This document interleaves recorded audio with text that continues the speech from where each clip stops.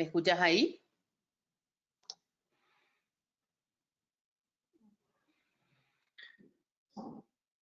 ¿Hola? Sí, ya estamos. Perfecto. Ya estamos transmitiendo. Si Estamos transmitiendo. minimizar la pantalla, así se ve la placa para la gente. Bravo, Yani. Sí.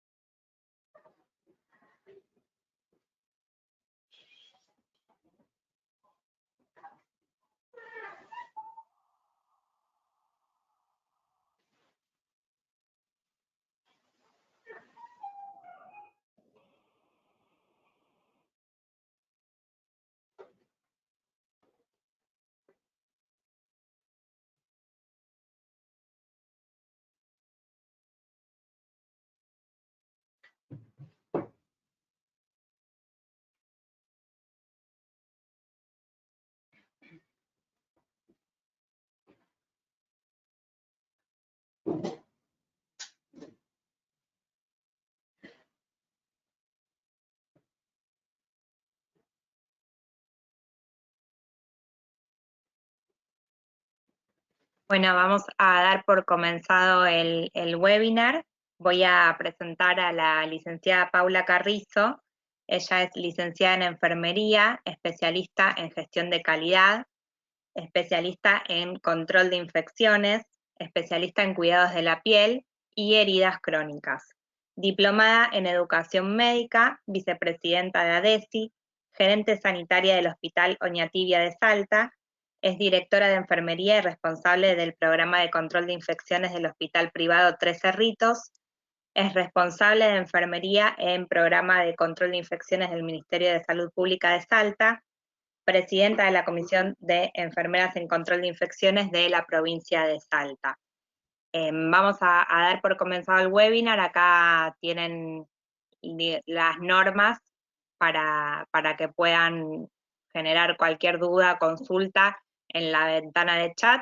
Vamos a dejar un espacio al final de la disertación de 15 a 20 minutos para que puedan hacer consultas sobre la exposición de la licenciada Carrizo, y yo voy a encargarme de reunir, recopilar todas las consultas que vayan llegando para que la licenciada las pueda responder.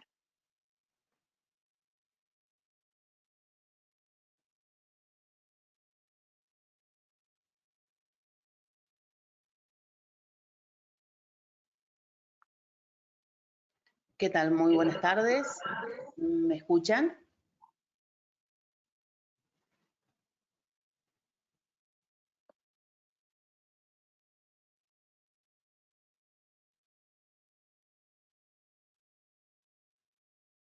Bueno, vamos a dar inicio de este seminario web con la gentileza y la invitación de Covidex en este año 2020, un año bastante complicado para todos, con muchas cosas difíciles.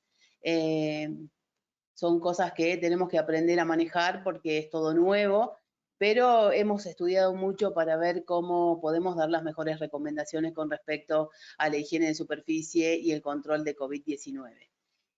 Bueno, primero agradecer a la empresa Covidex por la invitación y bueno, espero que esto pueda servir para todos los hospitales que están escuchando, que están conectados en estos momentos, para todos los profesionales y no profesionales, que sé que hay muchos que están conectados en este momento y que quieren saber cómo implementar las mejores estrategias para la higiene de superficie y que esto pueda realmente controlar esta pandemia de COVID-19. La verdad que para iniciar esto, lo primero que tengo que hacer es plantearme como objetivos algunas cosas específicas que tenemos que tener en cuenta, cómo determinar los términos técnicos necesarios, conocer las estrategias de higiene hospitalaria, reconocer los elementos de protección personal necesarios para el personal que se dedica a hacer higiene hospitalaria, la selección de los elementos adecuados para una correcta higiene hospitalaria, y obviamente determinar la monitorización adecuada. Esto nos va a llevar a tener que implementar procesos que estén avalados bajo una mejora continua. Ustedes verán que detrás de la imagen donde estoy sentada en estos momentos tengo un ciclo de mejora continua. El ciclo de mejora continua debe estar implementado en todas las instituciones y la institución debe reconocer a la higiene hospitalaria como un objetivo institucional, ¿verdad? Debemos ser tomados como un proceso crítico que van a depender decisiones estratégicas de la alta dirección. Esto es algo que tenemos que tenerlo muy en cuenta, porque si la alta dirección no tiene en cuenta que la higiene hospitalaria o la higiene de superficies es algo que realmente va a tener una prioridad institucional, no sirve de nada los esfuerzos, o pueden ser muchos esfuerzos en vano, lo que podamos llegar a hacer, y realmente esto no va a ser significativo para la institución. Tenemos que tener claro algunos términos para tener decisiones acertadas. Y la verdad que esto es muy importante dentro del ambiente hospitalario, simplemente porque hay dos definiciones que tenemos que tener muy claras. Primero, limpieza a través de la eliminación física y mecánica de la contaminación, y la desinfección a través de la eliminación química de los microorganismos. Últimamente he recibido muchas consultas sobre si cierto producto es bueno o cierto producto es malo, y la verdad que si no tenemos en claro estos términos no podremos aplicar ningún tipo de producto, porque realmente muchas veces hay productos que requieren de una limpieza previa para aplicar un desinfectante.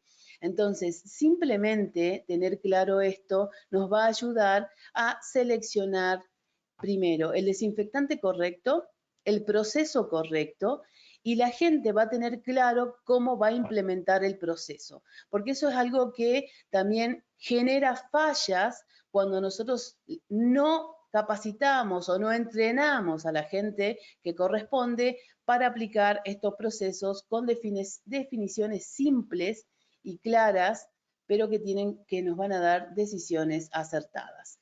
Entonces, principios básicos en 2 pasos.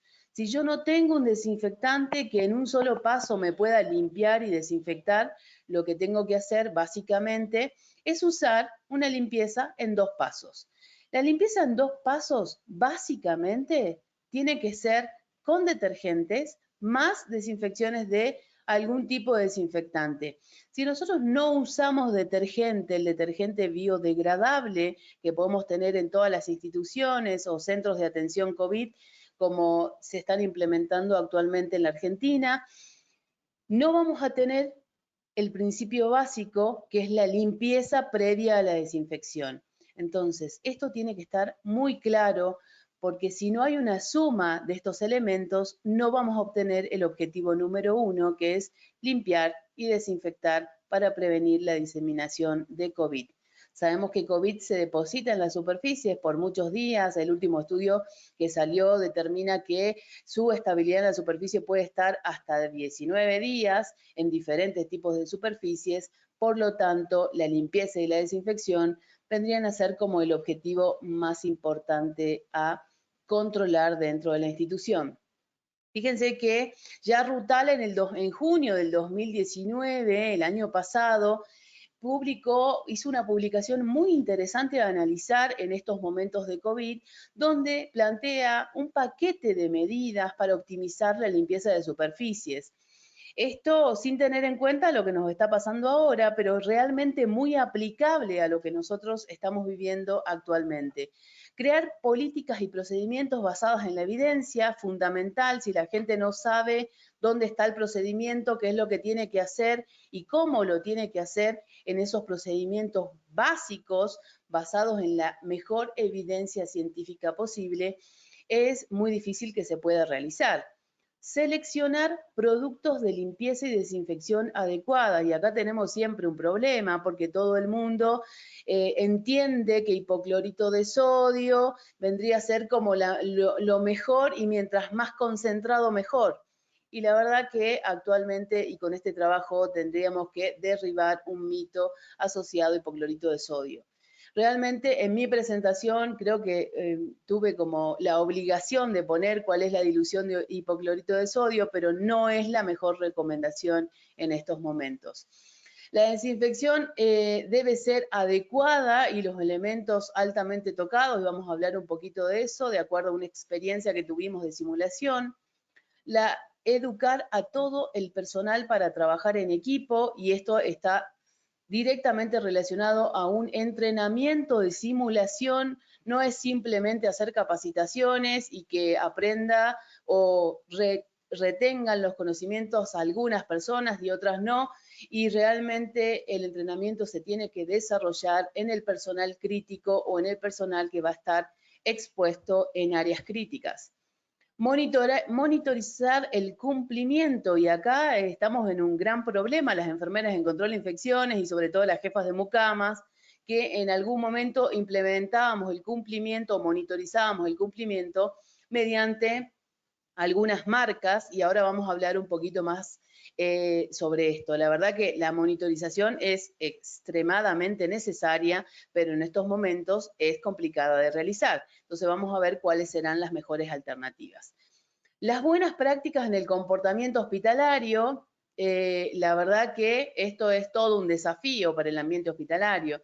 Yo creo que voy a escribir un libro, el antes y el después de COVID, porque realmente nos pasaron muchas cosas antes y después de COVID, ¿verdad? Y una de las cosas es que realmente las buenas prácticas asociadas a la higiene de manos, que venimos promulgando ya hace mucho tiempo, venimos trabajando con higiene de manos. En este momento, si hacemos un corte de prevalencia y medimos la tasa de adherencia de higiene de manos de todas las instituciones, creo que podríamos llegar a más de un 90%, y la verdad que eso es muy satisfactorio, pero todavía tenemos un 10% de personas que no se están lavando las manos correctamente. Muchas veces las buenas prácticas en el ambiente hospitalario están asociadas a las recomendaciones de alta evidencia con respecto al control de las infecciones o a la prevención de las infecciones asociadas al cuidado de la salud, pero no la tenemos en cuenta en los momentos adecuados. La fórmula del éxito es la actitud y eso realmente es algo que nosotros constantemente trabajamos dentro del ambiente hospitalario, pero fíjense que debemos tener actitud positiva hacia las buenas prácticas para combatir COVID y eso es muy importante. ¿Por qué tengo que hacer mención a esto? Porque muchas veces la gente cree que porque tiene un paciente COVID, tiene un paciente que puede infectarlo o puede matarlo rápidamente. Y la verdad que eso no es así, sino que en el ambiente hospitalario muchas veces tenemos diferentes tipos de organismos multiresistentes que van a hacer que nosotros podamos tener complicaciones con distintos tipos de gérmenes, no solamente con COVID. Esto venimos desarrollándolo hace mucho tiempo, hay muchas recomendaciones, pero la actitud tiene que ser positiva, yo tengo que estar seguro de lo que voy a hacer y tengo que tener claro que la higiene de manos siempre va a ser simple, pero compleja. ¿Por qué? Porque es una de las mejores prácticas, es una de las mejores actitudes que podemos tener dentro del ambiente hospitalario y acá les voy a mostrar dos placas que diseñamos en el hospital para ver si cambiamos la forma de ver los 5 momentos de higiene de mano y la técnica de higiene de manos, nos ayuda a incrementar la adherencia de higiene de manos. Recuerden que higiene de manos es un gran capítulo dentro de la prevención y el control de las infecciones asociadas al cuidado de la salud, pero es muy importante tener en cuenta que se debe desarrollar correctamente. Tengo entendido que Covidex tiene en estos momentos una gran cantidad de webinars ya planificado y uno de los webinars que continúa está asociado a higiene de manos. Así que la verdad que no me voy a extender demasiado con esto, pero sí quiero que lo tengamos como objetivo principal dentro de este procedimiento. Crear políticas y procedimientos basados en la evidencia. Y acá la verdad que hay muchos autores que nos dicen que realmente la higiene hospitalaria debe ser parte de la política hospitalaria. Y la verdad que es totalmente acertado.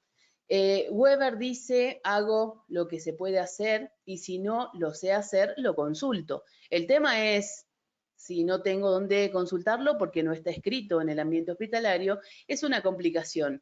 Fíjense que muchas veces nos pasan que todos los procedimientos que creemos que la gente lo tiene claro, pero realmente no está claro, es algo que nosotros debemos tratar de mejorar en el ambiente hospitalario. Los procedimientos deben estar escritos y socializados. No es simplemente escribir un procedimiento, yo lo tengo claro, mi colega lo tiene claro, pero la gente que lo tiene que aplicar no lo tiene claro. Entonces, tenemos que socializarlo, la gente tiene que saber lo que tiene que hacer, podemos armar diferentes diagramas de flujo para que la gente entienda por dónde tiene que circular, por dónde tiene que llevar sus elementos, por dónde tienen que retirar el residuo hospitalario, por dónde tienen que determinar procesos críticos y todo eso tiene que estar escrito y sobre todo el indicador del procedimiento en cuanto al cumplimiento del mismo es muy importante. ¿Qué significa esto cuando yo evalúo indicadores de procedimiento? Tiene que ver con que cuando yo ejecute este procedimiento voy a tener variables controladas. ¿Cómo voy a controlar estas variables? Una tiene que ser el cumplimiento específico de todo el procedimiento general. La otra está asociada a los procedimientos críticos, como preparar los elementos de protección personal, como preparar el insumo que voy a utilizar para la limpieza, como preparar todos los elementos adecuados para la limpieza y preparar el famoso carro de limpieza que tiene que estar en condiciones, tiene que haber una lista de verificación para chequear que el carro contenga todos los elementos necesarios y de esa manera nosotros vamos a estar controlando estadísticamente bajo un indicador todo este proceso. Esto es muy importante porque necesitamos tener esto claro para poder seleccionar los productos de limpieza y desinfección claramente, ¿sí? La recomendación de las intersociedades dice que la contaminación ambiental juega un rol importante en la transmisión de SARS-CoV-2, que es COVID-19. En un estudio reciente se demostró que permanece con capacidad efectiva durante varios días en la superficie. Entonces, esto es algo que nosotros debemos tener en cuenta. Fíjense que para esto en diferentes instituciones se han planificado dos tipos de limpieza. La higiene de superficie en 2 pasos, detergentes más hipoclorito de sodio, e higiene de superficie en un solo paso con monopersulfato.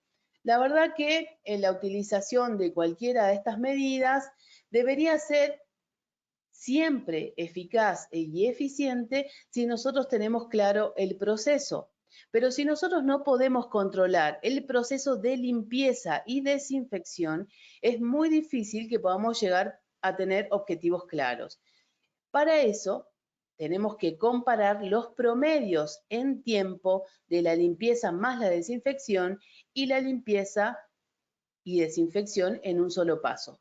Y acá voy a entrar a analizar algunas cosas que son muy sensibles dentro del ambiente hospitalario y es el porcentaje en tiempo de la exposición que va a tener el personal de limpieza en el ambiente hospitalario. Recuerden que los profesionales de salud tienen un tiempo de exposición y el personal de limpieza también tiene un tiempo de exposición y realmente controlado. Hemos demostrado bajo diferentes tomas de procesos controlados que el personal de limpieza es una de las personas más expuestas porque va a estar en permanencia con el paciente COVID-19 más de 30 minutos.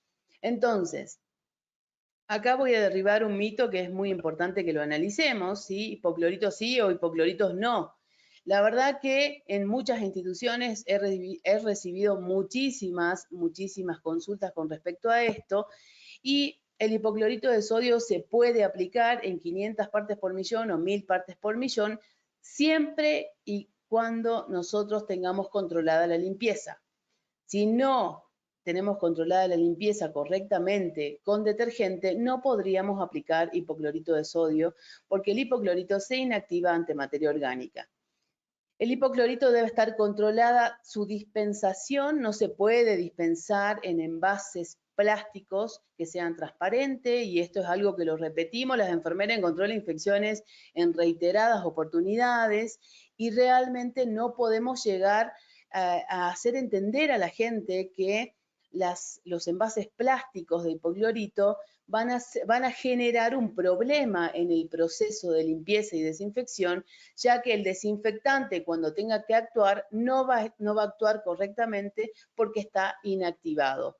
Entonces, volvemos a esto. El hipoclorito de sodio no se puede transportar en botellas transparentes. He visto en diferentes instituciones, la verdad que cuando recorrimos y decimos auditorías de higiene hospitalaria, que la gente todavía no termina de entender este concepto. Otra cosa que tiene que estar muy clara para usar el hipoclorito de sodio es cómo se distribuye el hipoclorito dentro del ambiente hospitalario y cómo llega a la institución. Muchas veces llega a la institución de una manera no controlada y en la etiqueta del envase dice que tiene entre 40 a 50 gramos, pero cuando hacemos realmente la contabilización de la cantidad de cloro que tiene el hipoclorito, vemos que el hipoclorito está diluido. Por ende, si el hipoclorito está diluido, no sabemos si cuenta realmente con 40 a 50 gramos. Por ende, no es recomendable, si no está controlado todo el proceso, usar hipoclorito de sodio. Si me preguntan cuántos mililitros tengo que utilizar, si tengo todo este proceso controlado, la limpieza correctamente, el fabricante me trae el hipoclorito como corresponde, entre 40 y 50 gramos, lo voy a utilizar 20 centímetros en 1 litro de agua. El reservorio debe ser siempre oscuro o, en su defecto, opaco. Vamos a hablar un poquito de monopersulfato al 20%, que es uno de los productos que utilizamos en las dos instituciones donde yo trabajo. La verdad que venimos trabajando hace mucho tiempo con monopersulfato, no tuvimos ningún problema. Los procesos de limpieza están totalmente controlados. Ahora le voy a mostrar un poquito cómo hacemos para controlarlo. Y realmente los indicadores son altamente significativos. Monopersulfato de potasio tiene algunas cualidades, voy a mencionar simplemente las 4 más importantes para las enfermeras en control de infecciones y sobre todo para las personas que utilizan monopersulfato. La limpieza y la desinfección se va a hacer en un solo paso, por ende eso me va a disminuir el tiempo que requiere el mucamo dentro de la unidad, porque recuerden, si primero tengo que limpiar, después retirar todo el detergente con agua limpia y después volver a hacer un paso de desinfección, me lleva mucho más tiempo que la limpieza de un solo paso. La estabilidad siempre va a ser por 24 horas, es importante que tengamos en cuenta esto, se tiene que rotular el inicio de la preparación y debe figurar la hora de finalización de la estabilidad del monopersulfato. Se disminuye el tiempo del empleado para la limpieza en los pacientes sospechosos y confirmados por COVID-19 y también esto va a requerir, no requiere eliminar la película en la superficie. Entonces, esto es muy importante. Son 4 elementos que me van a ayudar dentro de este gran proceso a controlar los pacientes infectados por COVID-19. La desinfección mejorada es una clave y esto es cierto, ya lo dice en el 2018, Rutala también, que esta desinfección controlada nos va a mostrar que los datos de la contaminación o del control de la contaminación de las superficies en los pacientes con gérmenes multiresistentes van a disminuir las infecciones en un 35%. Entonces, no podemos tener infecciones asociadas al cuidado de la salud por COVID-19 intrahospitalarios. Lo que deberíamos hacer es controlar estos procesos y está demostrado bajo este estudio que controlando o monitorizando la contaminación de las superficies vamos a disminuir en un 35%. Analizar siempre el escenario nos va a brindar una mejor herramienta y esto es muy importante. Yo les voy a mostrar una experiencia que tuvimos nosotros. Lo que hicimos es una simulación de aerosolización en diferentes superficies con una fuerza y con las mismas características del estornudo o la tos de un paciente, tanto internado como de un personal de salud que está infectado o positivo o sospechoso, y fíjense lo que pudimos encontrar. En diferentes superficies de tanto las unidades como las unidades de actividad diaria del personal como las de internación de los pacientes, se pudieron determinar que se encuentran con gotitas de flush. Sabemos que lo que tenemos que eliminar en estos momentos son esas gotitas. Entonces, teléfonos celulares, superficies altamente tocadas del personal de salud y de los pacientes son muchas veces un escenario adecuado para que podamos generar transportes de infección. Fíjense cómo el escritorio de una persona que trabaja en el ambiente hospitalario, la cantidad de gotitas de flujo en la foto del medio, y en la foto que se encuentra hacia la derecha, a la izquierda de su pantalla, los picaportes y las puertas de las unidades de ingreso y egreso de cada, ya sea de habitaciones o de oficinas, ¿sí? Cómo se encuentran totalmente expuestas a las gotitas. Entonces, las superficies son realmente importantes en la limpieza dependiendo el uso que tengan y obviamente las superficies altamente tocadas, en el caso de una oficina, son la puerta, el lugar donde apoyo mi teclado y el teléfono celular. Particularmente tuve una experiencia con teléfonos celulares. El año pasado realicé un estudio sobre teléfonos celulares y la contaminación de gérmenes multiresistentes y la verdad que la publicación la vamos a hacer en otro momento, pero le voy a comentar algunos datos. La funda va a generar en los teléfonos celulares un elemento altamente tocado, pero también es un elemento que nunca se limpia en los teléfonos celulares. Hay una recomendación de recambio de funda una vez a la semana y la verdad que eso no lo hace nadie. Nadie cambia la funda de un teléfono celular una vez a la semana. El vidrio tampoco se limpia constantemente y fíjense la cantidad de gotitas de flush que podemos obtener en los vidrios de los teléfonos. Entonces son elementos que constantemente tocamos, constantemente nos llevamos a los uniformes dentro del ambiente hospitalario y realmente no tiene una buena recomendación. En el ambiente hospitalario he visto de todo en este último mes y la verdad que he visto también muchas formas de cubrir el teléfono celular que son inseguras y se las voy a mencionar para que las tengan en cuenta. No se puede cubrir el teléfono celular con muchas vueltas de films, porque si cubrimos con muchos films, vemos que se adhieren más gérmenes y es más difícil la limpieza de esos teléfonos. Si los vamos a meter dentro de una bolsa Ziploc, que he visto en muchos lugares que lo hacen de esa manera, la bolsa se tiene que descartar, no me la tengo que llevar a mi casa y seguir utilizando durante todas las 24 horas. Son solamente del ambiente hospitalario.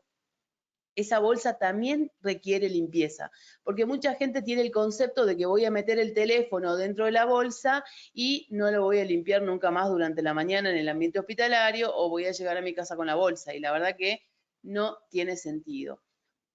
La recomendación que le hicimos al personal administrativo dentro de nuestras unidades de trabajo es realmente limpiar todas sus superficies de trabajo todos los días, ¿sí?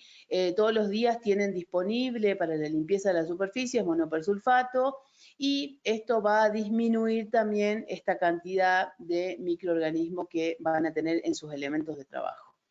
Con respecto a las puertas tienen una observación diaria, nosotros vamos a ejecutar en el momento de el ingreso un control y una monitorización de todas las puertas y fíjense que las puertas son elementos altamente tocados. ¿Qué pasa cuando vamos a la unidad del paciente y tenemos que recrear un estornudo o una eliminación de gotitas de flush dentro de una habitación? Fíjense lo que pasa en el baño, la cantidad de gotitas que se pueden pegar en la superficie, siempre esto pensando de que el paciente está siempre bajo superficies altamente tocadas, y fíjense que las paredes en estos momentos van a jugar un rol fundamental, porque el paciente va a tender a cubrirse para estornudar, pero la superficie que está por detrás va a generar un riesgo importante. ¿Qué pasa con el mobiliario que está dentro de las habitaciones o las unidades de los pacientes?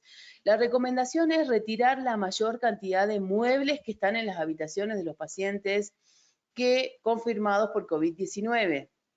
Obviamente que muchas veces en algunos lugares no se pueden retirar todos los elementos, pero yo les quiero mostrar que si nosotros no retiramos los elementos, las superficies tienen que ser limpiables, o sea, se deben poder limpiar y fíjense la cantidad de gotitas de flush que se pueden encontrar en estos elementos. En este caso, hacia su derecha es un sillón que se encuentra en la habitación del paciente que simplemente está en contacto directo con el paciente y que recibe constantemente gotitas de flush. ¿Qué pasa con los picaportes y las canillas del baño del paciente? Fíjense, superficies altamente tocadas, cómo las gotitas se pueden encontrar en una abundancia. Yo realmente me sorprendí con la canilla del baño porque dije, no vamos a encontrar una cantidad importante porque se abre y se cierra y es un elemento altamente tocado, sí, pero no creía que tenía este efecto y realmente cuando hicimos este análisis nos dimos cuenta que esto tiene que estar en perfectas condiciones y que realmente es una superficie altamente tocada. ¿Qué pasó con los picaportes de las puertas?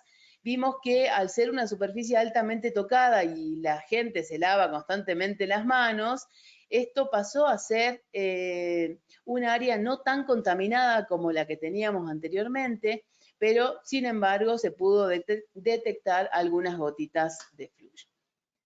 ¿Qué pasa con los televisores? Nosotros tenemos salas de internación en algunas instituciones, tanto públicas como privadas, que tienen televisores, y fíjense que los televisores también reciben una cantidad importante de gotitas de flush, por ende, en el procedimiento específico se tiene que especificar la limpieza de las pantallas. Y recuerden que las limpiezas de las pantallas se tienen que hacer con los elementos necesarios para evitar que se arruinen, ¿sí? Fíjense la foto que está hacia la derecha, que es los famosos elementos que son altamente tocados, que es un porta soluciones, las soluciones parenterales, y fíjense que también van a jugar un rol importante en las gotitas, en la eliminación de las gotitas de flush, y van a tener una carga importante. ¿Qué pasa con los teléfonos? Y la verdad que cuando nosotros veíamos las fotos de todas las capacitaciones, decíamos, no, el teléfono no es una superficie que realmente nos genere un impacto importante, y la verdad que hemos demostrado que el paciente va a eliminar, así como en los teléfonos celulares, en los teléfonos de las habitaciones, hemos encontrado muchísimas gotitas de flush, y esto hace que no podamos tener procesos controlados con respecto al teléfono. Entonces, deben limpiarse y desinfectarse sí o sí todas las superficies altamente tocadas de la habitación, ¿sí? Al limpiarse con Biodex, debe generarse fricción sobre la superficie, esto es muy importante, y siempre deben ir desde lo más limpio a lo más sucio. Pulverizar siempre sobre el paño es importante, y esto es una recomendación que no quiero olvidarme, y tampoco quiero que la gente la utilice incorrectamente. La pulverización sobre las superficies para COVID no es lo adecuado. Esto venimos hablando hace mucho tiempo, porque para todos los gérmenes lo mejor siempre es mojar el paño y recién ir sobre la superficie. La fricción tiene que ser siempre sobre la superficie y en barra, desde lo más limpio a lo más sucio. Y en alguna de las capacitaciones que di últimamente, la mucama me preguntaba, licenciada, ¿por dónde voy a comenzar? Si tengo que comenzar. Y fíjense que he demostrado que todas las superficies altamente tocadas del paciente tienen una gran cantidad de gotitas de flush. Pero la recomendación es siempre comenzar por lo más alejado del paciente. Pero en este caso, de acuerdo a esta experiencia que tuvimos en nuestra institución, comenzar por la cabecera del paciente, desde la parte de la cabeza hacia atrás, vendría a ser como lo más correcto o lo más limpio, ¿no? Y si en este caso tenemos habitaciones con varios pacientes, que suele pasar en algunas instituciones de salud, que todavía tenemos habitaciones donde tenemos 4 pacientes, deberíamos comenzar desde las superficies más alejadas de los pies del paciente. Entonces, esos vendrían a ser como las superficies más limpias. Entonces, quiero terminar con este concepto. No está recomendable pulverizar sobre la superficie. La pulverización es sobre el paño tiene que estar húmedo y se tiene que generar fricción sobre la superficie. De lo contrario, la limpieza y la desinfección no sería efectiva. Hacerlo correcto con los elementos correctos, esto es muy importante. ¿Por qué? Porque muchas veces no hacemos lo correcto porque tenemos todos los elementos, pero no lo hacemos. Entonces, se debe respetar los tiempos de exposición a la fricción, y esto juega un papel fundamental. Hay un estudio que habla sobre esto, el tiempo de la humedad que va a generar el monopersulfato sobre la superficie tiene que ser el correcto. No tengo que acelerar los tiempos porque eso me va a llevar a cometer errores. Se analizó también que un personal de limpieza debe permanecer al menos 30 minutos para realizar una limpieza efectiva de las superficies. Los elementos de protección personal juegan un rol fundamental dentro de esta pandemia, y la verdad que son elementos que tenemos que tener en cuenta. El personal de limpieza debe usar los elementos de protección personal correctamente, los que están recomendados por la Organización Mundial de la Salud: el barbijo quirúrgico, el camisolín impermeable de manga larga, la protección ocular, el calzado que tiene que ser impermeable. Hemos recomendado siempre, las enfermeras en control de infecciones, que el personal de limpieza tenga el calzado cerrado, el calzado tiene que ser impermeable, por ende pueden ser botas de goma, y deben ser doble guantes. Acá yo voy a hacer dos recomendaciones que no están escritas, pero que las quiero mencionar. La primera es que los elementos de protección personal que recomienda la Organización Mundial de la Salud son estos. Nosotros en muchas instituciones quieren ponerle cosas adicionales, como por ejemplo botas quirúrgicas, escafandras de fino quieto, cerradas, abiertas. Y la verdad que no son elementos de protección personal, sino que simplemente son elementos adicionales que muchas veces son importantes de utilizar cuando la gente está entrenada para sacarse los elementos.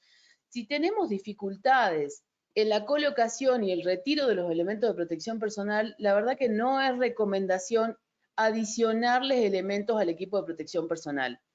Esto, sobre todo, porque la gente quiere como sobreponerse cosas y es muy difícil retirarse cuando me sobrepongo muchas cosas.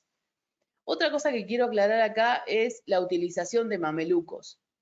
Los mamelucos se utilizaron en mucho tiempo cuando estaban recomendados para el ébola, no están recomendados para COVID-19. Hemos visto, porque la gente ve por los diferentes canales de comunicación, que en el mundo se utiliza mucho este equipo y la verdad que no tiene recomendación y es mucho más difícil de retirar. Si nosotros tenemos una sala por corte, podríamos colocarnos un mameluco para la atención de esos pacientes si solamente tienen COVID-19, pero si el paciente tiene COVID-19 y tiene una pseudomonas aeruginosa o una KPC o una Acinetobacter baumannii, no me puedo poner el mismo mameluco para atender a todos los pacientes. Entonces, esto tiene que quedar muy claro, sobre todo para las personas o para las instituciones que quieren proteger al paciente, al equipo de salud, brindándole todos estos elementos, que el retiro del mameluco es muy complicado.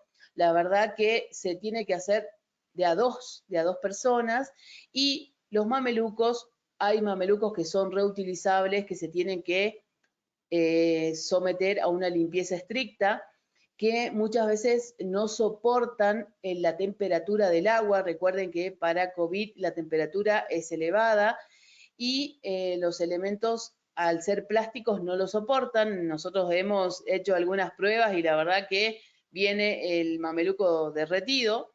Entonces la limpieza va a tener que ser con un lavado mucho más seco y mucho más con agua más tibia, y eso no me da la pauta de que se pueda cumplir con los requerimientos del lavado de la ropa para COVID-19. Entonces, a ver, lleguemos y seamos claros con esto. Yo quiero que les quede claro que mientras más cosas me pongo, más difícil es retirarme todo. Y el éxito de que el personal de salud no se infecte es que nosotros nos retiremos bien el elemento de protección personal, que chequeemos el retiro del elemento de protección personal y la higiene de manos como medida, obviamente, universal. Acá voy a hacerles algún comentario. He tenido algunas consultas sobre gente de algunas provincias que tuvieron la oportunidad de tener mamelucos, y estos mamelucos, la indicación de los hospitales era su reutilización, o sea, el turno mañana lo dejaba para el turno tarde. Y la verdad que eso tampoco es recomendación y se ha visto que eso va a generar una sobreinfección, porque yo no sé en qué condiciones lo dejó mi compañero. Otra cosa que también he visto y que me han consultado en reiteradas oportunidades, el personal de limpieza sobre todo, es que en algunas instituciones recomiendan colocarse el mameluco y pasar por una cámara de desinfección. Eso tampoco está recomendado, debido a que la cámara de desinfección puede ser tóxica para las personas, dependiendo de las características del producto. Y la limpieza, recuerden que tiene que ser con fricción, de lo contrario no es recomendable. El entrenamiento es la clave, y sobre todo el entrenamiento en equipo, y esta es una foto muy significativa de una de las instituciones donde trabajo, porque en esta foto hay cirujanos, hay gente de limpieza, hay gente de atención de enfermería, hay enfermeras en control de infecciones, hay médicos clínicos, endocrinólogos, y la verdad que es muy, muy significativo el entrenamiento en equipo, que todo el equipo de salud, sin diferencia de la especialidad que tenga en estos momentos, estamos todos bajo una pandemia y bajo entrenamiento de planes de contingencia. Entonces, todos tenemos que entrenarnos en la misma línea y todos tenemos que tener las mismas recomendaciones. Obviamente que para cirugía tienen algunas recomendaciones específicas, pero en este caso los elementos de protección personal deben ser iguales en todas las áreas. La comunicación del equipo debe ser fluida para evitar errores, sobre todo de proceso, y la circulación de toda la institución. Eso es algo en lo que nosotros estamos trabajando constantemente porque todo el tiempo estamos teniendo algunas dificultades en la comunicación. La comunicación o la dificultad en la comunicación es algo que yo creo que lo venimos arrastrando las instituciones de salud hace mucho tiempo, porque los canales no son efectivos y muchas veces cuando generamos un canal efectivo, el que tenía que enfrentarse a la comunicación efectiva no lo entendió de esa manera y lo generó dificultades. Entonces, la comunicación es algo que tenemos que entrenar de la misma manera que entrenamos los elementos de protección personal. La monitorización en la higiene de superficie debe ser también uno de los indicadores que debemos monitorizar de acuerdo a las políticas institucionales y a las normas de los comités de prevención de control de infecciones asociadas al cuidado de la salud. Y esto se va a controlar o se va a solicitar siempre alguna manera segura de implementación. En estos momentos nosotros antiguamente lo veníamos controlando de esta manera, generábamos algunas marcas, ¿sí? una cantidad de marcas importantes, esto generaba un indicador y este indicador nos brindaba la efectividad de la limpieza en las superficies por parte del personal de limpieza, pero esto ha sufrido un proceso de cambio, fíjense cómo nosotros hacíamos las marcas y podíamos evaluar si se limpiaba o no se limpiaba en la medida en que existía o se borraba la marca. Pero actualmente no lo podemos hacer de tal manera que lo hacemos bajo monitorización. ¿Cómo monitorizamos la limpieza en tiempos de COVID? Es bajo la observación y la documentación de los procesos a través de cámaras determinadas en las unidades críticas y en las unidades de internación. Realmente las cámaras van a mostrar dos cosas. Primero, si se utilizan los elementos de protección personal correctamente, si se realizan los procedimientos correctamente y si la limpieza es efectiva y todo esto va bajo una documentación y genera un indicador de calidad en nuestra institución. Buenas prácticas en el comportamiento hospitalario, y con esto voy a ir finalizando para poder escuchar algunas consultas de la gente que está del otro lado.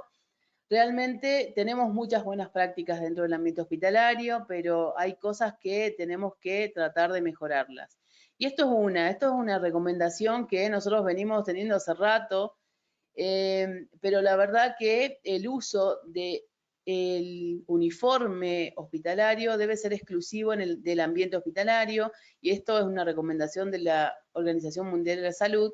Y esto también dice que la Organización Mundial de la Salud determinó algunas estrategias para que se puedan implementar y debe retirarse en la institución, en el hospital o en la institución de salud, pero también se recomienda optimizar por parte de la institución aquellos espacios necesarios para que el personal se higienice al finalizar la jornada y pueda descartar estos ambos en las bolsas correctas, en los elementos correctos, para su reutilización si se van a mandar a lavar, o algunas instituciones han determinado usar algunos elementos descartables. Entonces, esto tiene que estar muy claro porque no en todas las instituciones se cuenta con los elementos adecuados para la higiene personal de todas el personal, tanto de atención directa al paciente como de higiene hospitalaria. Y la verdad que en los centros COVID la recomendación es siempre brindar este espacio para que las personas puedan dejar sus uniformes de trabajo. Al día siguiente, las personas deben tener el uniforme limpio y planchado correctamente, no pueden usar el mismo uniforme, por ende, todo lo que se deposita en ese lugar o en ese espacio físico que se determinó, se debe lavar bajo estrictas normas y eso también es un proceso que debe controlarse. Entonces, para ir resumiendo un poco de esto, la limpieza y la desinfección en un solo paso me van a determinar muchas definiciones de procesos que son mucho más significativos en cuanto al tiempo de permanencia, a la efectividad y a la eficacia y a la eficiencia del proceso, ¿sí? Los elementos de protección personal en la utilización correcta nos van a brindar seguridad en la atención, seguridad para el personal y seguridad para el paciente. Y la monitorización me va a determinar el éxito del proceso. Entonces, el éxito simplemente se basa en un proceso y en controlarlo correctamente y no existen varitas mágicas, sino simplemente mucho trabajo. Venimos realizando mucho trabajo en este último tiempo, he realizado muchísimas capacitaciones con respecto a la higiene hospitalaria, a la higiene de superficies y la verdad que espero que esto les sirva un poco para sacarnos las dudas y para trabajar lo más correctamente posible dentro del ambiente hospitalario y del ambiente no hospitalario o los centros COVID que actualmente se realizaron o se están diseñando en diferentes puntos del país. Espero sus preguntas, espero que haya estado a la altura de sus necesidades y muchísimas gracias por la invitación.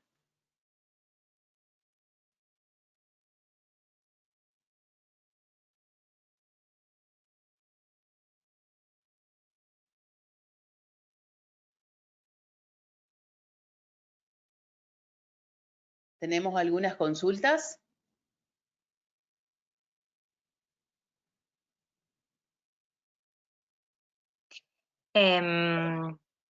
Tenemos algunas consultas que mandaron también minutos antes de la conferencia que tienen que ver con la limpieza específicamente de, por ejemplo, incubadoras y máquinas de diálisis. Si se puede un poco lo que mencionabas del hipoclorito de sodio, preguntan si se puede cambiar a productos como por ejemplo en instituciones que están utilizando Biodex, si necesitan cambiar a dilución de hipoclorito de sodio. No es necesario cambiar hipoclorito de sodio porque hay una recomendación justamente intersociedades que recomienda la utilización de monopersulfato al 20% y es muy importante sobre todo, hemos hablado en toda la presentación de superficies altamente tocadas del paciente. Todo lo que me mencionaste como consulta son superficies altamente tocadas. La máquina de hemodiálisis es parte de la unidad del paciente. En nuestra institución tengo un centro de hemodiálisis de más de 100 pacientes que estamos dializando y la verdad que se toma como unidad del paciente, es una superficie altamente tocada. Utilizamos monopersulfato hace mucho tiempo, no ahora por COVID, sino hace mucho tiempo y la verdad que el proceso está controlado. Sí, en algún momento también había alguna recomendación de implementar hipoclorito de sodio en 1000 partes por millón y después, en 500 partes por millón y después cambiaron a 1000 partes por millón. Realmente, si tenés en este momento en tu institución, estás utilizando Biodex, no es necesario cambiar a hipoclorito. Harías como 10 pasos para atrás, más o menos. Perfecto. ¿Quedó claro? Sí.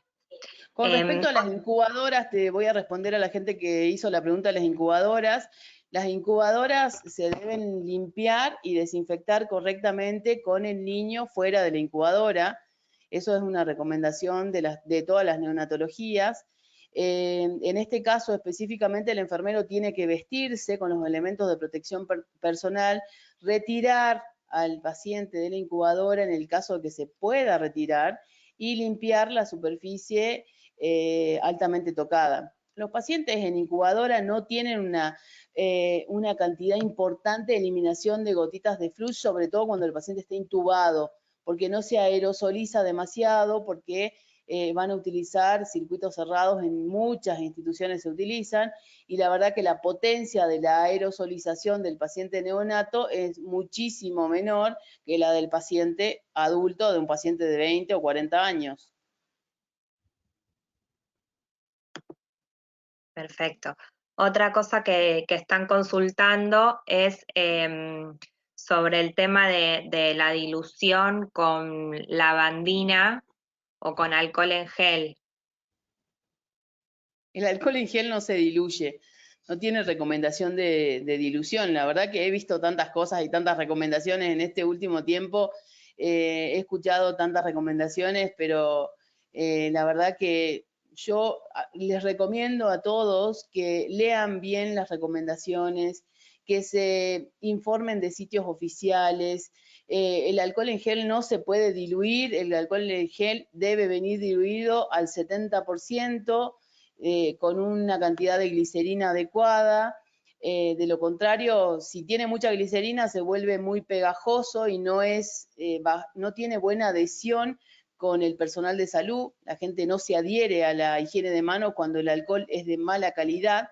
Entonces, es muy importante que nosotras, las enfermeras en control de infecciones, controlemos los insumos que llegan al ambiente hospitalario, de tal manera que no expongamos a la gente a aquellas cosas que no son correctas, ¿sí? Perfecto.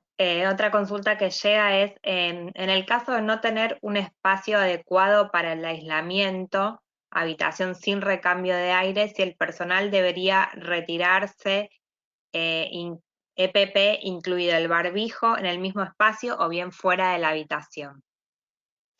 Todo un tema. Si no tienen ventilación, la ventilación correcta, deberían retirarse los elementos de protección personal lo más alejado al paciente posible. Ustedes vieron en algunas de mis fotos la capacidad de, en cuanto a la dirección, de distancia de llegada de las gotitas de flush a más de 1,5 metros, 2 metros. Entonces, es muy importante que estén lo más retirado posible del paciente, y en este caso, si la ventilación no es negativa, la recomendación es retirarse los elementos de protección personal lo más alejado al paciente o cerca de la puerta. Y si no tengo una circulación, si no tengo una puerta que pueda cerrar, la voy a tener que retirar fuera de la habitación.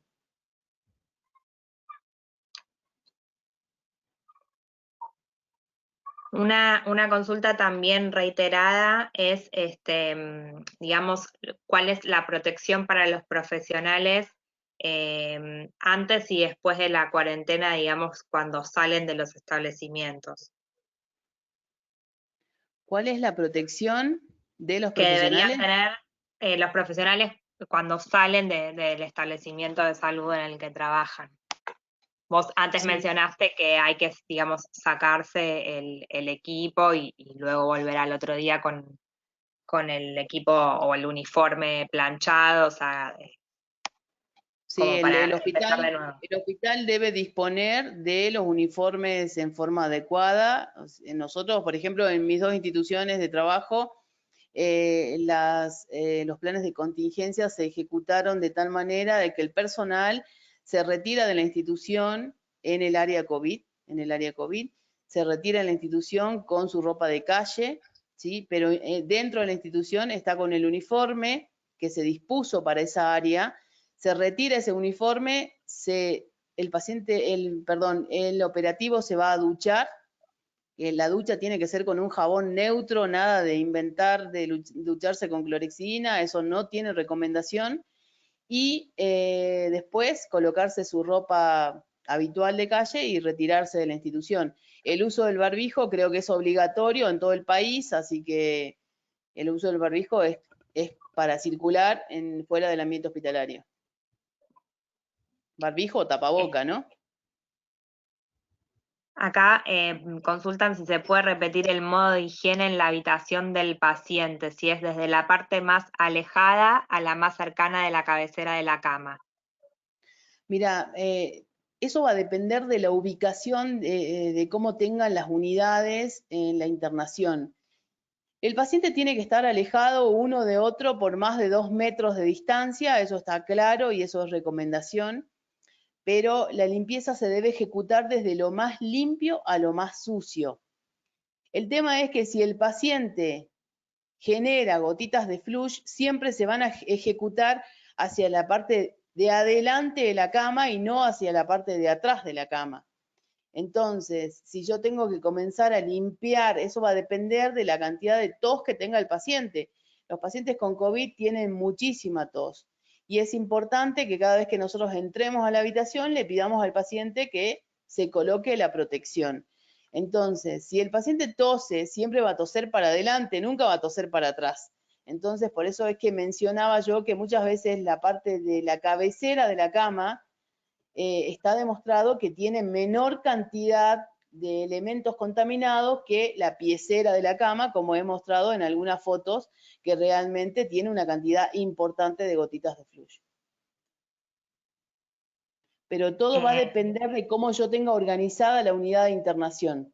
Yo siempre le digo a los mucamos o a la gente que se dedica a hacer higiene hospitalaria, ustedes limpien desde donde ustedes crean que está más limpio hacia lo más sucio. ¿Quedó claro? Sí. Preguntan también qué otros agentes desinfectantes serían útiles, por ejemplo, peróxido de hidrógeno, vinagre, también consultaron por el amonio cuaternario, entre otros. Mira, justo esta mañana me puse a leer algo de amonio cuaternario porque sabía que me lo iban a preguntar. Amonio cuaternarios de quinta generación actualmente se están utilizando en algunas instituciones. Vinagre no está recomendado, ¿sí? La recomendación de las intersociedades es hipoclorito de sodio, 1000 o 1000 partes por millón, 500 o 1000 partes por millón, dependiendo la unidad del paciente y el proceso que se ejecute. Amonios cuaternarios de quinta generación, algunos cloruros de sodio concentrados y activados y monopersulfato de potasio.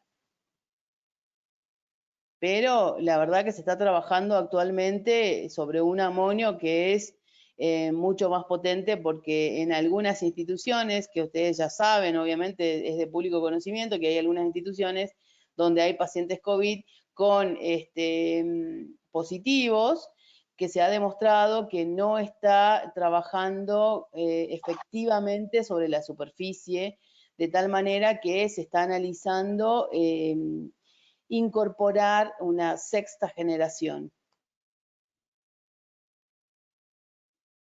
Perfecto. Otra cosa que se repite mucho es el tema de los guantes y los camisolines de nylon. Preguntan el tema de los guantes para servir el desayuno, por ejemplo, a los pacientes que están infectados, si es necesario colocarse guantes.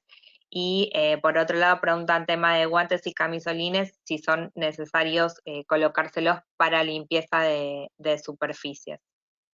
Sí, totalmente. Los elementos de protección personal dentro de la unidad del paciente se tienen que utilizar correctamente. Estamos hablando específicamente de COVID. Si yo voy a ingresar a una habitación con pacientes sospechosos o positivos o confirmados de COVID, me tengo que poner todos los elementos de protección personal. Dentro de los elementos de protección personal están establecidos los guantes. La Organización Mundial de la Salud expone que el guante debe ser de nitrilo y doble par. En la recomendación intersociedades nosotros la contextualizamos un poquito más y dijimos que puede ser uno de nitrilo y uno de látex. En la provincia de Salta estamos tratando de conseguir la cantidad de guantes de nitrilo necesarios para que el personal tenga los guantes de nitrilo. Los guantes de látex sabemos que no están totalmente controlados su proceso de producción, por ende pueden llegar a tener alguna alteración en su fabricación y eso puede hacer que tengan contaminación en la mano. Y esto voy a hacer una aclaración acá porque mucha gente me preguntó si me coloco doble guante, yo tengo que hacer una higiene de manos sobre el guante y eso es incorrecto, eso no es correcto, no se puede realizar higiene de mano con alcohol gel sobre el guante. Con respecto a si yo puedo utilizar o debo utilizar los elementos de protección personal para servir la comida, y esto es correcto porque si yo voy a servir la comida voy a estar en contacto directo con el paciente y la Organización Mundial de la Salud dice que debo utilizar elementos de protección personal cuando estoy en contacto directo con el paciente. Otra pregunta muy reiterada es sobre los termómetros y algunos otros materiales que se usan en las habitaciones.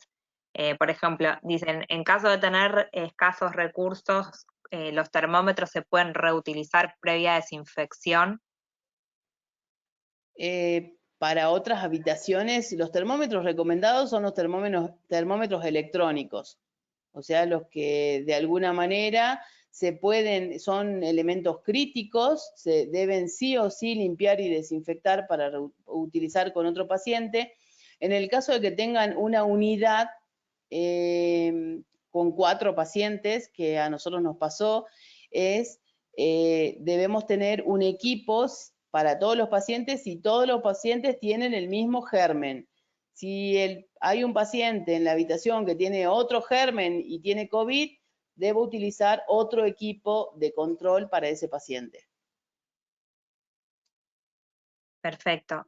También consultan bastante por el tema del lavado del uniforme o del ambo de los profesionales, si hay que hacerlo a alguna temperatura especial, digamos, el lavado en el hogar. Sí, hay una recomendación y hay una normativa sobre el lavado de la ropa para el ambiente hospitalario, sobre todo en pacientes confirmados. He tenido la oportunidad de hacer la auditoría a un lavadero que tenemos que se ocupa específicamente de la ropa del paciente COVID y la temperatura recomendada es entre 60 a 76 grados para el lavado de ropa de COVID. Y como eso no se puede hacer en el ambiente doméstico, porque los lavarropas, he aprendido mucho de lavarropa con todo esto, los lavarropas domésticos no llegan hasta más de 40 grados, entonces no se puede ejecutar ese lavado en el ambiente domiciliario. Es por eso que ambos o los uniformes de las personas que están en el sector COVID deben ser tratados como ropa de ambiente hospitalario. Perfecto. Consultan también, hay un montón de consultas, los elementos reutilizables, si se pueden higienizar con inversión en detergente trienzimático. Como escafandras, por ejemplo. La recomendación de las escafandras sí es sumergir. ¿Nosotros qué hacemos? Nosotros hacemos una limpieza previa y la sumergimos en detergente enzimático. El detergente enzimático tiene que estar un tiempo, como dijimos, hay muchos estudios que dicen, dependiendo del insumo que uso, tengo que ejecutar el tiempo adecuado. Entonces, debo sumergir y dejar el tiempo adecuado. Los detergentes que estamos utilizando tienen que ser mayor a 15 minutos y después proceder a una limpieza y desinfección correctamente. Recuerden que las escafandras no se pueden limpiar con alcohol al 70% porque van a arruinarlas. Primero, que se resecan y segundo, que se van a opacar en la parte delantera de la escafandra, donde tienen el plástico de protección, se va a terminar opacando y eso va a arruinar la escafandra. Preguntan sobre los elementos que utilizan los pacientes, digamos, confirmados como COVID, ¿cómo sería el proceso de lavado?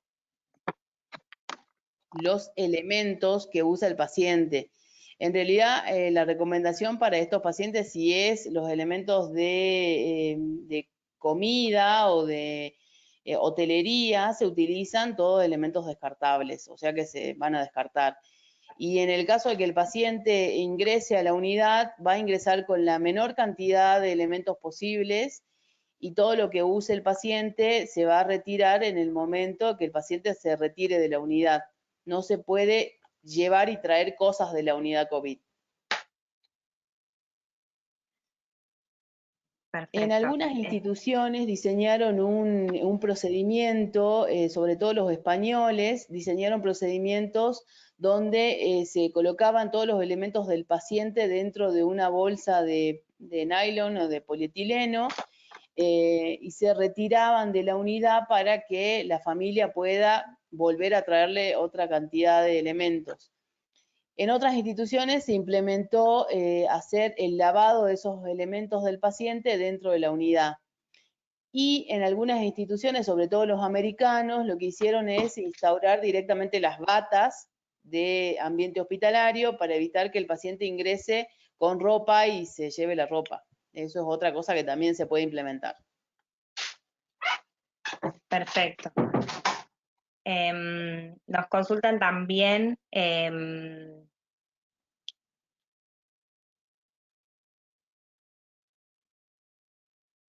el caso del personal de limpieza que entra para limpiar el área de COVID-19 y tiene que seguir su jornada en la institución, si se recomienda realizar baño y cambio de ropa cuando tiene que seguir con otras áreas de limpieza. El personal de limpieza para área COVID debe ser exclusivo para área COVID, no puede estar compartiendo áreas de limpieza. La verdad que eso es una buena práctica dentro de esta pandemia y tiene recomendación, la verdad. Si podemos en las instituciones tener personal exclusivo, la recomendación es tener personal exclusivo. Si no, de lo contrario, sí debería ser lo que dice ella, sacarse el uniforme, bañarse, colocarse otro uniforme, pero la verdad que eso no es recomendable. Perfecto. Hablan de las máscaras faciales y protectores oculares, si se pueden limpiar y descontaminar con el amonio cuaternario de cuarta generación que mencionaste antes. Sí se pueden hacer, pero le va a dejar una película que va a terminar generando esa película, la van a tener que retirar una vez, sí o sí en la semana, y eso va a generar un tiempo extra que se tiene que utilizar para retirar películas. Justamente ya hace varios años, casi 3 años, hicimos un trabajo en una de las instituciones donde trabajo yo, donde lo que hicimos es medir el tiempo acumulado de la limpieza de amonios cuaternarios extra que se tiene que realizar una vez a la semana, y en una medición que hicimos por 30 días requeríamos un mucamo extra para hacer ese tipo de limpieza, lo que realmente generaba un costo importante en el ambiente hospitalario.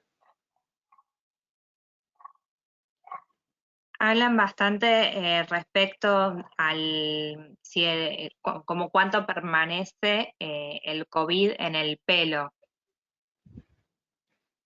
La verdad que hay un estudio simplemente que yo realmente no me gusta mucho la metodología que implementaron para hacer el análisis, donde determinan, ustedes habrán visto que hay dando vuelta mucha información sobre cuánto va a durar en la superficie, y hay gente que dice que dura poco, hay gente, los chinos dicen que duran hasta 19 días. Yo todos los días que leía algún tipo de bibliografía, muchas veces nos damos con algunos estudios que están realizados de alguna manera que quieren sacar un resultado específico. Entonces, la recomendación es, si tenemos cabello largo, colocarnos una cofia para evitar el contacto, si tenemos contacto directo con el paciente. No está determinado cuánto tiempo, en algunos estudios se dicen que puede ser hasta desde 3 horas hasta 3 días. Por ende, las personas que están trabajando en el área COVID, si tienen una concentración importante en el ambiente, sobre todo en aquellos hospitales que no tienen la ventilación adecuada de esas áreas, lo que tienen que hacer es sí utilizar cofias, ¿sí?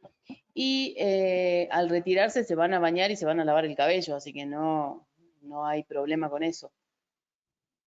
Consultan también sobre el calzado de los profesionales y del personal, si se pueden usar botas de hule o cómo qué se recomienda utilizar o cómo se debería higienizar eso especialmente.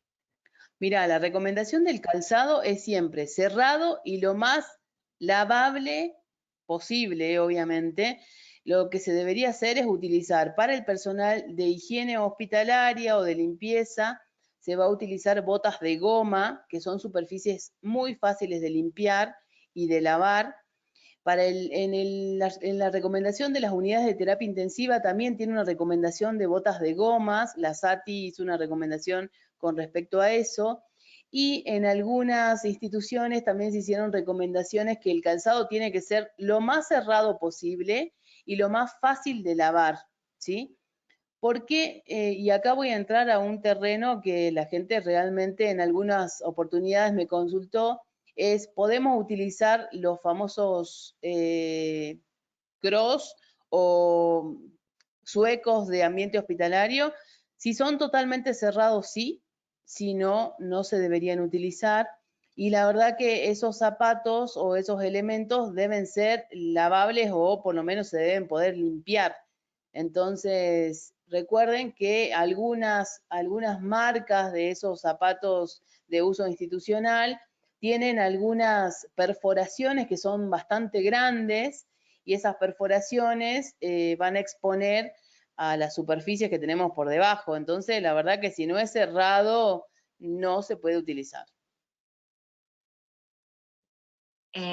Otra cosa que se repite mucho es el tema de los quirófanos. Si debe tener también alguna limpieza particular, a diferencia del resto de los ambientes o de habitaciones, y la mesa del quirófano, y además si se puede, o sea, si se deberían poner alcohol en los guantes mientras hacen como cambio de instrumentos. No, la verdad que no hay recomendación de utilizar alcohol sobre los guantes y eso ya lo dije anteriormente. En muchos lugares he visto videos que la verdad que me horrorizaban en algunas instituciones que decían que era recomendable y la verdad que eso no tiene recomendación. El quirófano y la terapia intensiva son los lugares donde hay mayor aerosolización, por ende las medidas tienen que ser sumamente estrictas en la limpieza de superficie. En algunos quirófanos tomaron la recomendación que hicieron los americanos de cubrir la mayor cantidad de superficie que se pueda del quirófano y de retirar todos los elementos que se puedan retirar del quirófano, no tener elementos adicionales si no son necesarios y la limpieza tiene que ser estricta como en las otras unidades, ¿sí? Limpieza y desinfección en un solo paso o en 2 pasos. Preguntan bastante también sobre el tema de las cabinas de desinfección. ¿Cuál es tu opinión? No creo que sean realmente significativas las cabinas de desinfección. La limpieza de la superficie se hace por fricción. Si yo simplemente paso por una cabina, primero que puede ser tóxica y segundo que cuando paso por la superficie no generan ninguna fricción, pueden ser muy tóxicas para las personas dependiendo de qué elementos se dispongan como líquido dentro de las cabinas, ¿no? ¿Cómo es el resultado de la nebulización con Biodex? ¿Cómo es? El resultado de la nebulización con Biodex. Mira, nosotros, yo tengo una experiencia bastante amplia sobre la vaporización y la verdad que nosotros la recomendamos después de haber utilizado el quirófano y hemos hecho un estudio para ver la cantidad de gérmenes detectables posterior a la nebulización y es realmente muy insignificante, o sea, prácticamente no tenemos absolutamente nada. Así que la verdad que siempre y cuando no tengamos a nadie dentro de la unidad, dentro del quirófano, solamente va a estar dispuesto el personal adiestrado para realizar ese elemento. Se puede realizar también en algunas habitaciones, dependiendo de la estructura de la institución. Y la verdad que nosotros tenemos muy buenos resultados, es recomendable. Buenísimo, muchas gracias, Paula. Vamos a dar por finalizado el espacio de preguntas y respuestas. Quedaron algunas cosas, tratamos de dar lugar a todas las preguntas, a la mayor cantidad posible. Cualquier duda que haya quedado, incluso ahora están llegando algunas consultas, pueden comunicarse a comunicación@covidex.com.ar, que es el mail que les llegó para el registro al webinar. Y bueno, te estaremos molestando nuevamente para que nos ayudes con esa información específica. Muchas gracias por tu tiempo y todo tu conocimiento. Y bueno, sigan en línea, que como mencionó Paula, vamos a tener webinars próximamente también con otras temáticas. Muchísimas gracias, muy amable y gracias a Gracias todos. a vos, Paula. Gracias a todos.